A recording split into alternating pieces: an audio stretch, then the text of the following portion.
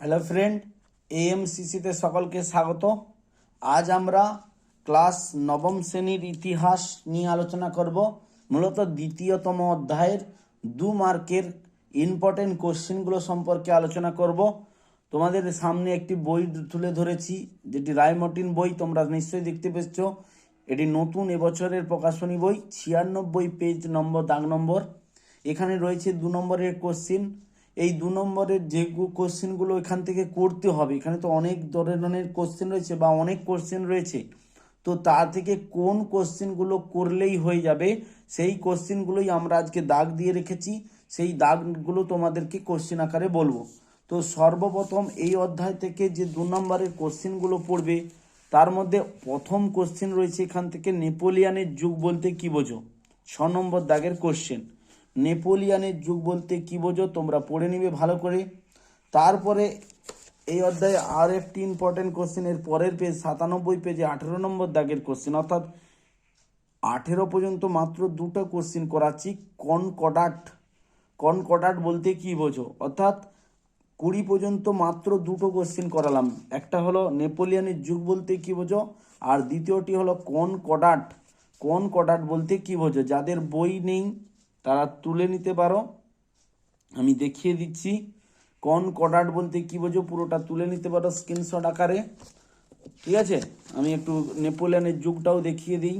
নেপোলিয়ানের যুগ বলতে কি বোঝো, ঠিক আছে, স্ক্রিনশট মেরে নাও। বাকিটা যাদের যাদের বই নেই আর কি, এইটা বাকিটা, এই দেখো 6 নম্বর দাগের কোশ্চেনের বাকি অ্যান্সারটা। রূপে পরিচিত হন এই সময়কে 1814 খ্রিস্টাব্দ পর্যন্ত নেপোলিয়ান পূর্ণ কর্তৃত্বের সঙ্গে ফ্রান্স শাসন প্রতিষ্ঠা করেন। আশা করি তোমরা স্ক্রিনশট মেরে নিয়েছো। নেক্সট আমরা আসি 21 নম্বর দাগের কোশ্চেন। এখানে কি রয়েছে, কাকে দ্বিতীয় জাস্টিন বলে অভিহিত করা হয় এবং কেন? নেপোলিয়ানকে করা হয় কেন জাস্টিন বলা হয় সে সম্পর্কে রয়েছে, স্ক্রিনশট মেরে নাও যাদের বই নেই। নেক্সট 29 নম্বর দাগে কোশ্চেন, লিজিয়ন অফ অনার বলতে কি বোঝো? স্ক্রিনশট মেরে নাও, লিজিয়ন অফ অনার বলতে কি বোঝো, আমি দিয়ে দিচ্ছি। তারপরে রয়েছে একেবারে 38 নম্বর দাগের কোশ্চেন, ট্রাফালগারের যুদ্ধ কত খ্রিস্টাব্দে এবং কাদের মধ্যে হয়েছিল? কত খ্রিস্টাব্দে এবং কাদের মধ্যে হয়েছিল, স্ক্রিনশট মেরে নিতে পারো। নেক্সট কোশ্চেন রয়েছে 40 নম্বর দাগে, টিলসিটের চুক্তি কত খ্রিস্টাব্দে হয়েছিল এবং কাদের মধ্যে হয়েছিল, বা টিলসিটের চুক্তির গুরুত্ব কি? এই 40 নম্বরের মধ্যেই কয়েকটা কোশ্চেন। তারপরে আসি আমরা কি জানো, কনফেডারেশন অফ দ্য রাইন কি? ভালো করে ছবিটা তুলো। কনফেডারেশন অফ দ্য রাইন বলতে কি বোঝো, 2 মার্কের কোশ্চেন। নেক্সট রয়েছে 52 নম্বর দাগে, সমুদ্রের রানী কাকে এবং কেন বলা হয়? সমুদ্রের রানী কাকে এবং কেন বলা হয়? সমুদ্রের রানী কাকে এবং কেন বলা হয়? তারপরে রয়েছে বার্লিন ডিগ্রি কি? বার্লিন ডিগ্রি বলতে কি বোঝো সে সম্পর্কে আলোচনা করা হয়েছে। যাদের বই নেই আমি তাদের জন্য এইগুলো দেখাচ্ছি, বার্লিন ডিগ্রি কি। যাদের বই রয়েছে রায়মর্টিন তারা দাগ নম্বরে শুধু দাগ নিলেই হবে। যাদের বই নেই তাদের জন্য আমি একটু সময় ধরে ধরে ছবি স্ক্রিনশট নেওয়ার জন্য অনুরোধ রাখতেছি। তারপরে রয়েছে অর্ডার্স ইন দ্য কাউন্সিল কি? 54 নম্বর দাগের কোশ্চিন, অর্ডার্স ইন কাউন্সিল কি। তারপরে রয়েছে মিনাল ডিগ্রি কি, ঠিক আছে। যাদের বই নেই একটু স্ক্রিনশট নিয়ে নাও, পরে টুকে নেবে খাতায়। তারপর হচ্ছে কন্টিনেন্টাল সিস্টেম বলতে কি বোঝো? কন্টিনেন্টাল সিস্টেম বলতে কি বোঝো, বা মহাদেশীয় অবরোধ ব্যবস্থা বলতে কি বোঝো? এটার কন্টিনেন্টাল সিস্টেম মানে মহাদেশীয় অবরোধ ব্যবস্থা বলতে কি বোঝো। তারপরে 58 নম্বর দাগে, মহাদেশীয় অবরোধ দ্বিমুখী অস্ত্র বলা হয় কেন? যাদের বই নেই একটু স্ক্রিনশট নাও, এর বাকি অংশটাও আমি দেখাচ্ছি। এইটা হচ্ছে এর বাকি অংশটা, ইংল্যান্ডের পরিবর্তে ফ্রান্সে বেশি ক্ষতি হয়েছিল, এই জন্য একে দ্বিমুখী অস্ত্র বলা হয়।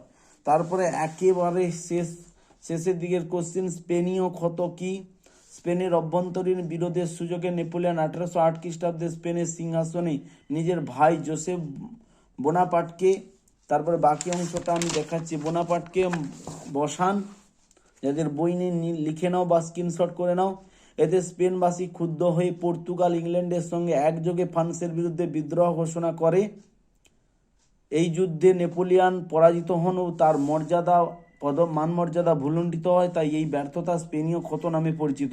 ভালো করে পড়বে। নেক্সট যেটা রয়েছে 66 নম্বর দাগের কোশ্চেন, পোড়ামাটির নীতি কি? ভালো করে এই কোশ্চেনটা করবে। পোড়ামাটির নীতি কি? ভিভিআই বলা যেতে পারে। তারপরে কি রয়েছে, লিপজিগের যুদ্ধ কবে কাদের মধ্যে হয়েছিল? যাদের বই নেই, যাদের বই রয়েছে 67 নম্বর দাগের কোশ্চেন, রায়মার্টিন। যারা অন্যান্য বই রয়েছে তোমাদের কাছে তারাও দাগ নিতে পারো, শুধু কোশ্চেনগুলো দেখে নাও বা স্ক্রিনশট নিয়ে রাখো। লিপজিগের যুদ্ধ কবে কাদের মধ্যে হয়েছিল? তারপরে ফ্রাঙ্কফুর্টের প্রস্তাব কি?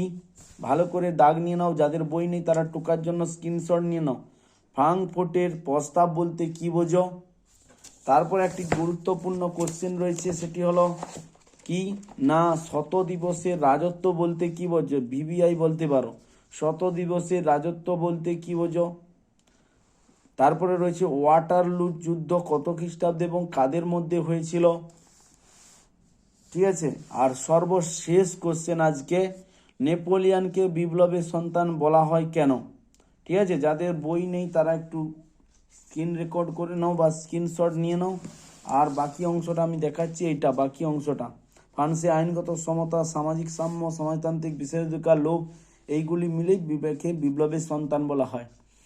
আমি তোমাদেরকে এই যে কোশ্চেনগুলো দাগ দিয়ে দিচ্ছি শুধুমাত্র তোমরা সেই কোশ্চেনগুলোই পড়বে, তার বাইরে কোনো কোশ্চেন পড়ার দরকার নেই। যারা আমার কথা বিশ্বাস করছো না তারা এই প্রথমবারের পরীক্ষায় আমার দাগ নাম্বার যেগুলো দিয়ে দিচ্ছি সেগুলোই তোমরা পড়ে যাবে। তার বাইরে যদি কোশ্চেন পড়ে তোমরা আমাকে ছবি তুলে স্ক্রিনশট করবে, তাহলে আমি বুঝবো যে আমার পড়ানো ভুল ছিল। ঠিক আছে, এর বাইরে কোনো রকম কোশ্চেন পড়বে না। আমি যা কোশ্চেন দিয়ে দিচ্ছি তার বাইরে কোনো রকম কোশ্চেন পড়বে না। যদি কোনো স্কুল দিয়ে থাকে তাহলে তোমরা আমাকে স্ক্রিনশট করে পাঠাবে। ঠিক আছে, ধন্যবাদ সবাইকে থাকার জন্য আমার এএমসিসি চ্যানেলে।